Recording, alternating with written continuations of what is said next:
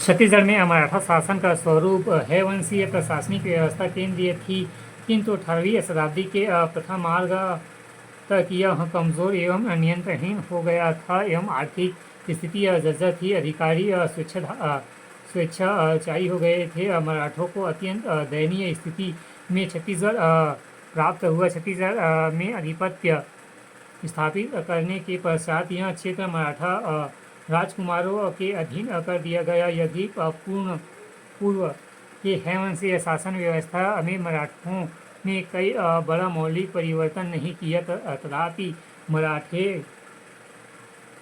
अपनी आवश्यकता एवं लाभ हेतु समय समय पर यहाँ की प्रशासनिक व्यवस्था में फेर बदल करते रहे। मराठा शासन स्वरूप की संक्षिप्त विवेचना यहाँ की जा रही थी।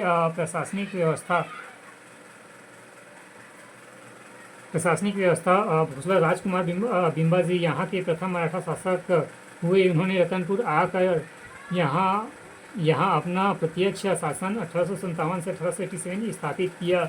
इस काल में शासन व्यवस्था है-वंशीय शासन व्यवस्था के अनुरूप ही चलती रही। राजकुमार वेंकोजी ने अपने काल 1887 से 1815 ई में यह शासन प्रतिनिधि शासक सूबेदारों के माध्यम से चलता आरंभ किया, जिसे सूबा शासन की संज्ञा दी गई। इस काल में आंतरिक व्यवस्था में कोई विशेष परिवर्तन नहीं हुआ, किंतु कार्य पद्धति में एक उल्लेखनीय परिवर्तन 1790 ई में द्वितीय मराठा सूबेदार विठलराव दिनकर के आगमन के बाद हुआ।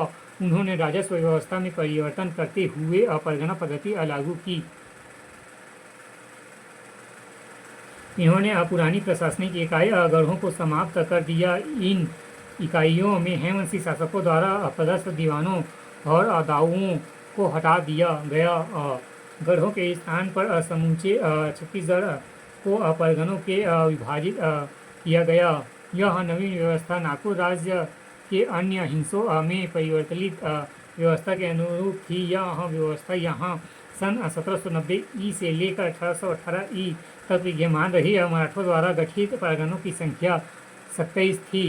संपूर्ण प्रशासन को दो भागों में विभाजित किया गया। प्रथम खालसा क्षेत्र में मराठों ने अपना प्रत्यक्ष शासन रखा, किंतु जमींदार के अंतर्गत आने वाले क्षेत्रों को विभिन्न जमींदारों के अधीन रहने दिया गया एवं जमींदार अपने क्षेत्र में शासन हेतु स्वतंत्र थे। किंतु मराठों द्वारा निर्धारित राशि, जो जमींदारी टैक्स एवं टकोली के रूप में जाना जाता था, जमींदारों के प्रति वर्ष पटानी पड़ती थी। इस प्रकार मराठा कालीन छत्तीसगढ़ में जमींदारों के अनेक स्वसत्ता कर द्वीप स्थापित हो गए। इस प्रकार मराठे जमींदारी क्षेत्र में दायित्व से मुक्त थे, किंतु नियमित आय उन्हें प्राप्त होती रही।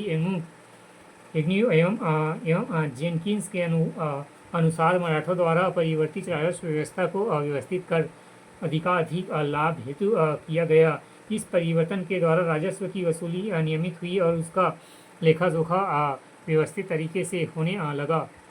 इसके अलावा राजस्व अथवा प्रशासनिक व्यवस्था पूर्ववर्ती रही और उससे कोई मूलभूत परिवर्तन नहीं किया गया।